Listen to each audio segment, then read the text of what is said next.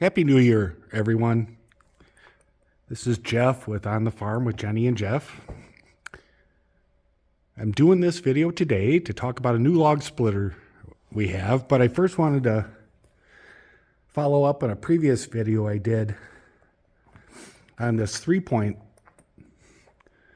log splitter. I had a failure with it where the cylinder mount broke and would no longer function, and actually started causing a leak on the front seal. Got a hold of the manufacturer. They said, I actually sent them a link to the video that I posted, and they said, we'll send you a new one, send the old one back.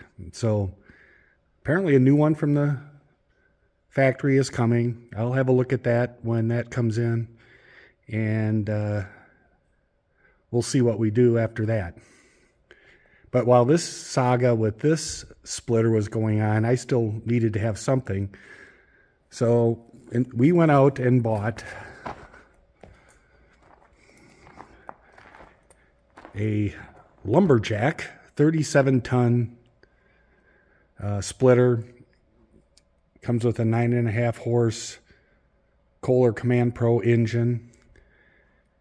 If you had seen my other videos, I had said that I wanted the 3-point because I don't want another small engine, but I talked myself into it. We got this where Jenny works, and we got a pretty decent deal on it. I think retail for them is about $2,100. This table on top did not come with it. That was about another $100. But there wasn't something that was in stock, so I ordered it directly from the company, and out of California. It was like $50 shipping, so it was like $150 for the table. Absolutely have to have it. So I have been using this a little bit. It's been on and off with the weather, but I haven't used it a heck of a lot when it's been real cold. The difference with this one compared to the 3-point splitter, obviously that it's bigger. The 3-point one's rated for 25 ton. We went to 37 here. I'm a little leery on how they're mounting these hydraulic cylinders. So this one has a fairly industry standard, what they call a clevis mount, where there's a big pin that goes through and it locks the cylinder on the back here to this immense piece of steel, and that takes all the force. The front of it actually isn't restrained at all. It has a slide that goes under a channel along the bed and advances the splitter head. So it can kind of move a little bit, deflection, but all the force is generally on the rear. So this was an investment here. I got to decide what I want to do. I'm going to have this, and then I'll have a new version of that. Do I keep it? Do I sell it? I don't know. Anybody has an opinion on that? That's something I'd entertain. But I thought what I'd do today is fire this up and show you how it works. What happened is we had this tree. It's on our property. It was, 100 yards down the road from our driveway, and it had grown weird. It was just kind of draping at an arc over the road. It had gotten to the point where the top of the tree was overhanging the opposite side of the road. Well, both Jenny and I speculated that was going to come down, and sure enough, a couple weeks ago when the first ice storm came through, that thing came down. I didn't notice it right away, and it was cleaned up by the village crew that maintains the roads. But what I found out is this was a premium piece of cherry. And by all rights, if it was a straight tree, it would have been a great saw log. It's unbelievable. I have started harvesting that. And you can see some of the pile there that I've done here. But to show you how this works, I saved the couple of the biggest ones I got yet. These are about 15, 16 inch rounds towards the bottom of that tree. And I'm going to put it on, fire this puppy up, and we're going to show you how it works. So hang on for a minute. We're started. All right, yes. We have my professional cinematographer, Jenny, now is running the camera. Now, let's get this puppy started up here.